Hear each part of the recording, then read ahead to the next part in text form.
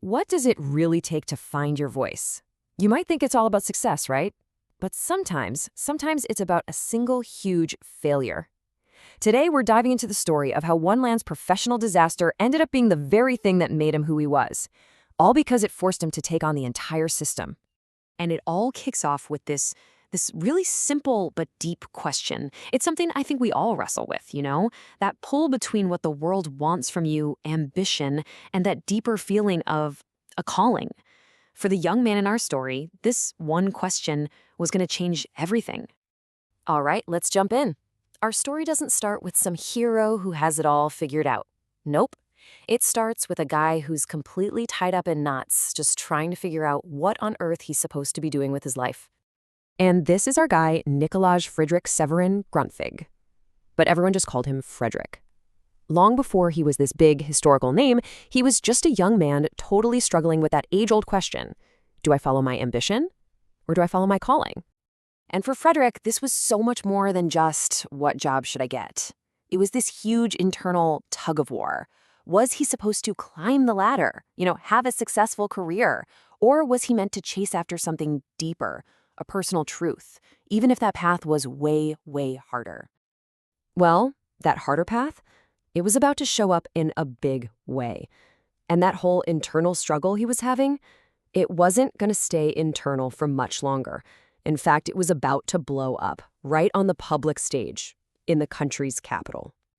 So the scene is set in Copenhagen, and I want you to just picture it for a second. The city is absolutely buzzing. It's electric with new ideas, new philosophies, big debates happening everywhere.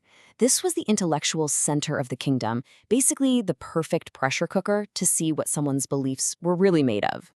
And smack in the middle of all this action, this huge opportunity lands in his lap.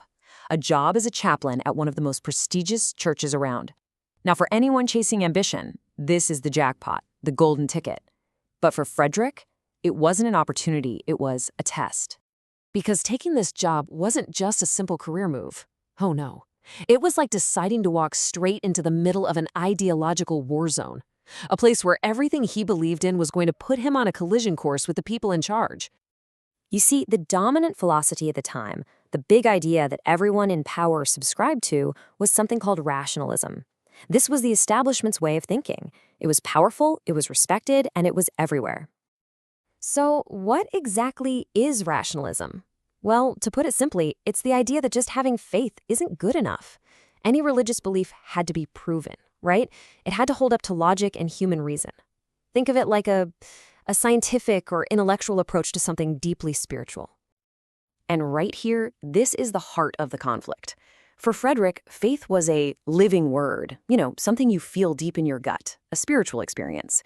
But for the rationalists, it was a historical word, more like a set of rules, a moral system that you could analyze like a textbook. They were on completely different planets, speaking totally different languages.